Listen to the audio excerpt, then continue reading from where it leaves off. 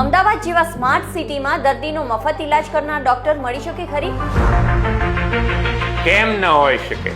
1972 માં દુકાળ પડ્યો ત્યારથી હું સેવા કરતો આવ્યો છું, તો આપ સર્વેથી કેમ ન થઈ શકે?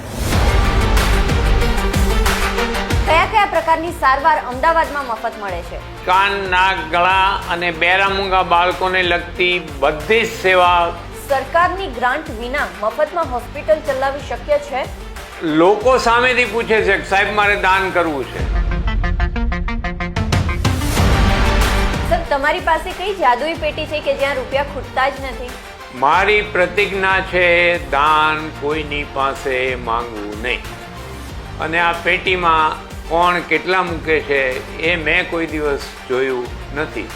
મારી પૂરેપૂરી ફી લેતો તો ત્યારની ઇન્કમ ને ફી નથી લેતો ત્યારની ઇન્કમ જોતા તો મને એવું લાગે છે કે મારી ફી લેતો તો એના કરતાં 1000 ગણી પ્રગતિ છે મારી.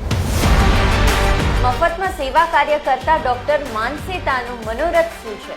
મારો મનોરથ છે કે આ વિશ્વની પ્રથમ મેડિકલ કોલેજ હશે જ્યાં કોઈ જ જાતની ફી લેવામાં આવશે નહીં, પ્યોરલી મેરિટ. જો આ તમામ વિગત તમારે જાણવી હોય તો હેલ્થ ગ્રંથનો આ પૂરો વિડીયો જુઓ. અમદાવાદ જેવા મેગા અને સ્માર્ટ સિટીમાં કોઈ ડોક્ટર વિનામૂલ્યે દર્દીની સારવાર કરે એ માત્ર આપણે કલ્પનામાં જ વિચારી શકીએ, પરંતુ આ કલ્પના નહીં, હકીકત છે. એક એવા ડોક્ટર જે કહી શકે કે નિઃશુલ્ક સારવાર આપે છે. દર્દીની આર્થિક સ્થિતિ પ્રમાણે તમે એમને ફી આપી શકો છો. આજે આપણે એવા જ ડોક્ટર સાથે વાત કરવાની છે. આપણી સાથે છે doctor Nandlal Kanji Manseta. Sir, health ગ્રંથમાં આપનું સ્વાગત છે. સર, કેટલા સમયથી તમે આ સેવા કાર્યરત કરી રહ્યા છો? મેં મારી પ્રેક્ટિસ કાનના ગળાના સર્જન તરીકે 1977થી ચાલુ કરી અને છેલ્લા 25 વર્ષથી મેં એક બોર્ડ મૂક્યું છે, જેની આવક 0 એની ફી 0, જેની આવક 1000 એની 10, 2000 એની 20. નીચે લખ્યું છે આવકના દાખલાની કોઈ જરૂરિયાત નથી. તમે કહો કે મારી આવક 0 છે તો મારે 0 ફી લેવાની. એવું 25 વર્ષથી હું આ કાર્ય અમદાવાદમાં કરું છું. અમદાવાદમાં કઈ કઈ જગ્યાએ તમારા સેન્ટર આવેલા છે અને દરેક જગ્યાએ તમે કઈ રીતે પહોંચી શકો છો? અમદાવાદમાં main centre Ellis Bridge shopping centre, Ellis Bridge પુલ ઉપર, એલિસ બ્રિજ પોલીસ ચોકીની બાજુમાં ટાઉન હોલમાં મેઇન હોસ્પિટલ 1977માં ચાલુ કરી. બીજું સેન્ટર બાપુનગર સમજુબા હોસ્પિટલમાં બનાવ્યું અને છેલ્લે ડ્રાઇવિંગ રોડ ઉપર અભિનવ સોસાયટી, ગુરુકુળ મેટ્રો સ્ટેશનની નીચે રોડ ઉપરનો બંગલો, સ્ટેટ બેંક ઓફ ઇન્ડિયાની સામે, અમૂલ ડેરીની બાજુમાં એ ત્રીજું સેન્ટર બનાવ્યું. મારી સાથે ઘણા બધા ENT સર્જન છે. કોઈ કંઈક મારે ભાગીદાર થવું તો એને ભાગીદાર બનાવું છું, કોઈ કે મારે પગારથી જોઈન કરવું તો પોઈન્ટ. તો સર, આ સેવા કાર્ય હેઠળ તમે અત્યાર સુધીમાં કેટલા દર્દીઓની સારવાર કરી? જ્યારે મેં આ સેવા ચાલુ કરી ત્યારે રોજની અમારી OPD આખા દિવસની થઈને લગભગ ઓછામાં ઓછા 100, વધી જાય તો 200. એ 25 વર્ષથી ક્રમ છે. છેલ્લા 5 વર્ષ એટલે કે કોરોના આવ્યા પછી મેં પૈસા લેવાનું સદંતર બંધ કર્યું છે. મારી સાથે જે ટીમ છે, યંગ મેન છે, એ લોકો પૈસા લે છે, પણ મને કોઈ બતાવે તો હું કોરોના આવ્યા પછી એટલે કે કોરોનાથી કોઈ પણ દર્દીનું કોઈ પણ પ્રકારનો ચાર્જ લેતો નથી. તો તમે કંઈ પણ ચાર્જ નથી લેતા, તો આ હોસ્પિટલ કઈ રીતે ચાલે છે? આ કોઈ પરમ શક્તિ ચલાવે છે. આપને જાણીને આનંદ થશે કે જ્યારે હું પૂરી ફી લેતો હતો ત્યારે જે મારી આવક હતી એના કરતાં ઘણી આવક વધી. એનું કારણ એ છે કે જે 0 વાળો તો 0 આપે જ છે, પણ સામેથી માણસ એમ કહે કે સાહેબ મારા 1000 રૂપિયા લ્યો, મારા 2000 રૂપિયા લ્યો, મારા 5000 રૂપિયા લ્યો. એટલે કોઈ દિવસ મેં કોઈની 5000 ફી પ્રેક્ટિસ કરી ત્યાં સુધી લીધી નથી, પણ લોકોએ આ બોર્ડ વાંચીને મને ખૂબ ઉદારતાથી પૈસા આપ્યા છે. પછી મેં થયું કે આટલા બધા પૈસા આવ્યા, હવે શું કરવું? એટલે કોરોનાથી પૈસા લેવાના જ બંધ કરી દીધા. દર્દીને કયા કયા પ્રકારની તકલીફ હોય તો તમારી પાસે ઈલાજ માટે આવી શકે છે? મારી સ્પેશિયાલિટી કાન, નાક અને ગળું છે. અને સુપર સ્પેશિયાલિટી મારી માઇક્રો સર્જરી ઇયર અને વોઇસ છે. વોઇસ જેનો વોઇસ બગડી ગયો એનો બેસ્ટ અવાજ આપી શકું છું. જે બિલકુલ સાંભળતા ન હોય એને સાંભળતા કરી શકું છું. અને અમે 20 વર્ષથી બહેરા અને મૂંગા કાનના ગળામાં દુઃખી માણસ સાંભળે નહીં, એથી વધારે દુઃખી બોલે નહીં, એથી વધારે દુઃખી સાંભળે નહીં ને બોલે નહીં, એવું 20 વર્ષથી અમે એક ઇન્સ્ટિટ્યૂટ ચલાવીએ છીએ. ત્યાં સદંતર બહેરા મૂંગા બાળકોને તદ્દન મફત કામ કરવામાં આવે છે. એમાં સરકારની કોઈ ગ્રાન્ટ લેવામાં આવતી નથી. બાળક જન્મે ત્યારથી અમે એને મદદ કરીએ છીએ અને અમારો નમ્ર પ્રયાસ છે બાળક નોર્મલ થાય અને કોઈ જ પ્રકારનો કોઈ પણ પ્રકારની સર્વિસ બહેરા મૂંગાનો કોઈ જ પ્રકારનો ચાર્જ લેવામાં આવતો નથી. એની પૂરેપૂરી જરૂરિયાત સાંભળવાનું મશીન, ભણાવવાનું, ખાવાનું, રિક્ષા ભાડું, કપડાં, લત્તા એ ટોટલી ફ્રી કરવામાં આવે છે. આમાં સરકારની કોઈ ગ્રાન્ટ લેવામાં આવતી નથી. સરકારી ગ્રાન્ટ વગર તમે વર્ષોથી આટલા બધા હોસ્પિટલ ચલાવો છો તો એ કઈ રીતે શક્ય છે? બેઝિકલી જેની ફી 0 લઈએ છે એ પ્રમાણિકપણે 0 જ આપે છે. પરંતુ બહેરા મૂંગાની સ્કૂલ જે છે એમાં ઉદાર હાથે લોકો સમાજ મને પૈસા આપે છે.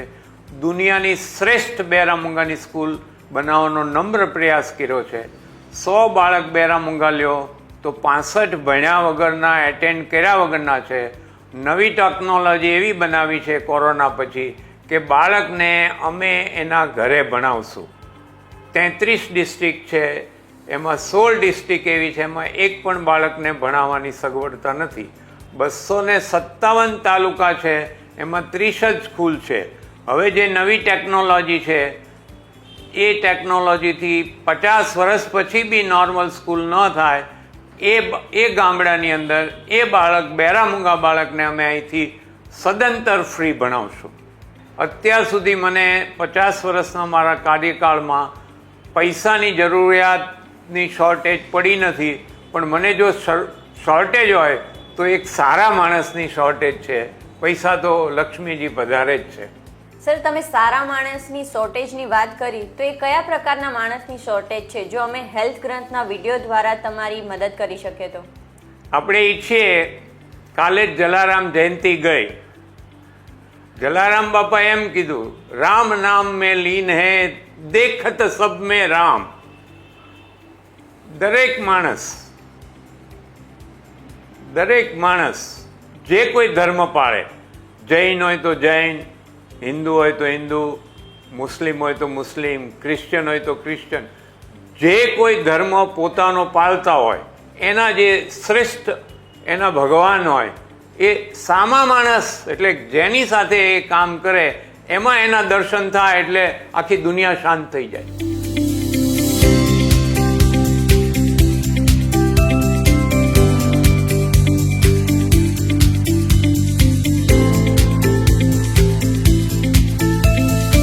આટલા વર્ષોથી જે સેવા કાર્ય ચાલી રહી છે તો એમાં અંદાજે કેટલો ખર્ચો થયો હશે? તમને હું સાવરકુંડલાનો દાખલો આપું. મારું માદરે વતન સાવરકુંડલા એટલે કે અમરેલી ડિસ્ટ્રિક્ટ એટલે કે સૌરાષ્ટ્ર, ત્યાં હું જન્મેલો છું. એ મેડિકલી બેકવર્ડ છે. ત્યાં હું 48 વર્ષથી દર 3જા રવિવારે જતો હતો. પછી વચ્ચે એક સ્વામીજી મને મળ્યા, જે નિર્દોષાનંદ સ્વામી કરીને એમનું નામ છે, હવે સ્વર્ગવાસ છે, સંન્યાસી છે. સંન્યાસી એ કોઈ દિવસ પૈસાને ટચ કરતા નહોતા. એમના આગ્રહથી ટીમ્બી ધોળા જંકશન ભાવનગર ડિસ્ટ્રિક્ટમાં એક તદ્દન ફ્રી હોસ્પિટલ બનાવી, જેને આજે 14 વર્ષ થઈ ગયા. એ જોઈને સાવરકુંડલા મારા વિદ્યાગુરુ એવા રતિલાલ બોરીસાગર સાહેબનો આગ્રહ હતો કે આવી હોસ્પિટલ સાવરકુંડલા બને. અને અમારા જે ટ્રસ્ટ છે વિદ્યાગુરુ ફાઉન્ડેશન ટ્રસ્ટના પ્રમુખ હરેશભાઈ મહેતા એ કીધું કે માનસેતા તું પૈસાની ચિંતા ન કર, આપણે સાવરકુંડલામાં એક મફત હોસ્પિટલ બનાવીએ. ત્યાં અમને 100 થી 150 કરોડ રૂપિયાની ખાદી કાર્યાલયની હેરિટેજ પ્રોપર્ટી મફત મનુભાઈ મહેતા એ અમને આપી અને 10 વર્ષ પહેલાં સાવરકુંડલાએ મફત હોસ્પિટલ ચાલુ કરી. ત્યાં અત્યારે 10 વર્ષ થયા, અમે 20 લાખ દર્દી આજે પૂરા કર્યા. મોરારી બાપુને આ કામ ગમે છે એટલે મોરારી બાપુ એમ કહે છે, માનસેતા જ્યારે જ્યારે તને પૈસા ખૂટશે ત્યારે હું કથા આપીશ. અમને એક કથા એમણે સાવરકુંડલા આપી અને એમાં 20 કરોડ રૂપિયા અમને મળ્યા અને આજે બી અમને પૈસાની શોર્ટેજ નથી. સાવરકુંડલાની અંદર આજે ઓછામાં ઓછા 1000 દર્દી, વધી જાય તો 2000 દર્દી તદ્દન મફત છે. 170 માણસનો સ્ટાફ છે. રોજનું 1 લાખથી 2 લાખ, વધી જાય તો 3 લાખનું ખર્ચ છે. એમાં ખાવાનું, પીવાનું, દવા, સ્પાઇન સર્જરી અને ની joint surgery, hip surgery, dialysis, એવું લગભગ અમે અત્યારે કરીએ છીએ. હવે વિશ્વાસ નામનું બિલ્ડિંગ 20 કરોડ રૂપિયાના ખર્ચે તૈયાર થઈ રહ્યું છે. તેમાં ફક્ત બ્રેઇન અને હાર્ટની સર્જરી થશે. જે કંઈ ત્યાં થાય છે એ તદ્દન મફત થાય છે. સર, અમદાવાદમાં 3 જગ્યાએ તમે સેન્ટર ચલાવો છો, તો આ 3 જગ્યાએ તમે એકલા કઈ રીતે પહોંચી શકો છો? આજથી લગભગ મેં 30 વર્ષ પહેલાં મારો સન લંડન ભણવા ગયો અને ત્યાર પછી મારી દીકરીએ આગ્રહ કરીને અમેરિકા ભણવા ગઈ.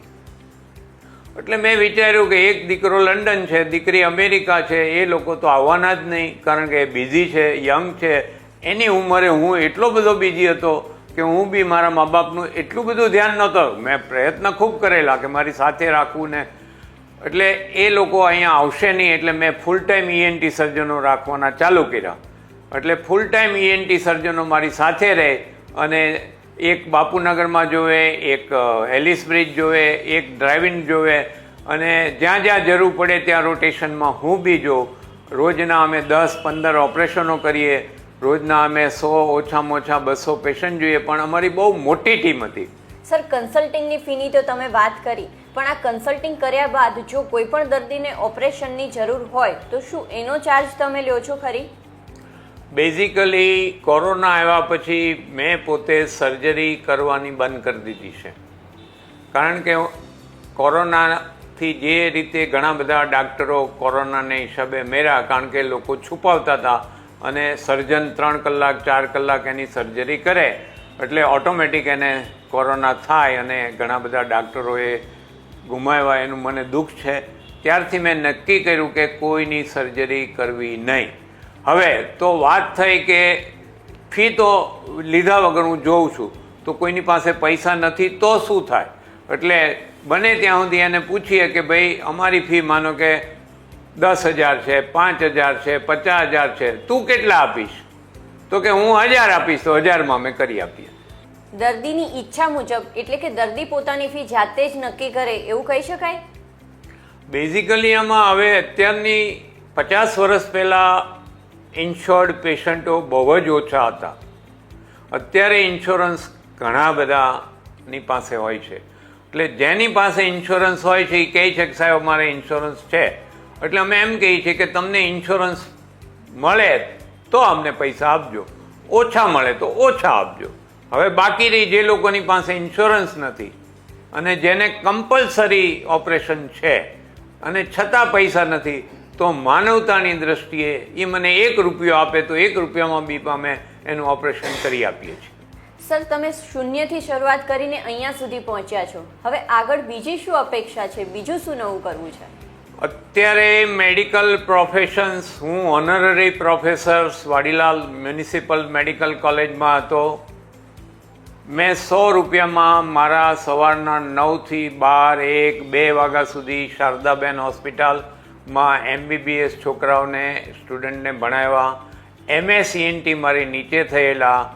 હું 300 રૂપિયાની મેડિકલ ફીમાં ભણેલો છું. એટલે મારું એક છેલ્લું સપનું એવું છે, એક તદ્દન મફત મેડિકલ કોલેજ બનાવવાની.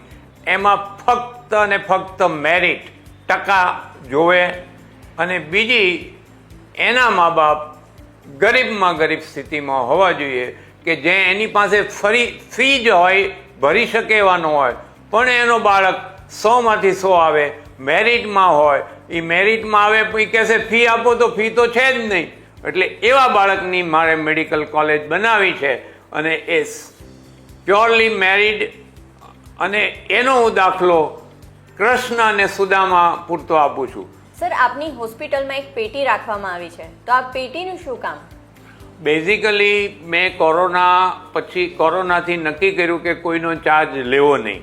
પછી બધા જ આગ્રહ કરે કે સાહેબ અમે ગરીબ છીએ નહીં, અમારે તો પૈસા આપવા જ છે. પણ મેં કીધું હું લેતો નથી, તમે ન લેતા તો એ તમારો પ્રોબ્લેમ છે, અમારે પૈસા આપ્યા વગર અમે અહીંથી જવાના નથી. એટલે મેં પેટી મૂકી અને એ પેટીમાં જેની ઈચ્છા જે હોય એ મૂકે. એ પેટીને હું જોતો નથી અને જે આપે એ એવી રીતે આપે છે કે એને જ ખબર હોય કે આમાં મેં કેટલા મૂક્યા છે. પેરામુંગાની સ્કૂલમાં જરૂર પડી આ તો લાગે છે, કોઈને દવાના જોતા હોય તો લાગે છે. એટલે એ પેટી ભરેલી જ રહી છે, ખાલી થતી નથી. આપણે વાત કરી ડોક્ટર નંદલાલ માનસીતા સાથે, જે વર્ષોથી આ સેવા કાર્ય પૂરું પાડી રહ્યા છે. તમે પણ આ વિડીયો શેર કરો જેથી જરૂરતમંદ લોકો આ સેવાનો લાભ લઈ શકે. આવા જ નવા ઉપયોગી વિડીયો સાથે ફરી મળીશું હેલ્થ ગ્રંથમાં. ત્યાં સુધી વિડીયોને લાઇક કરો, શેર કરો અને ચેનલને સબસ્ક્રાઇબ કરો.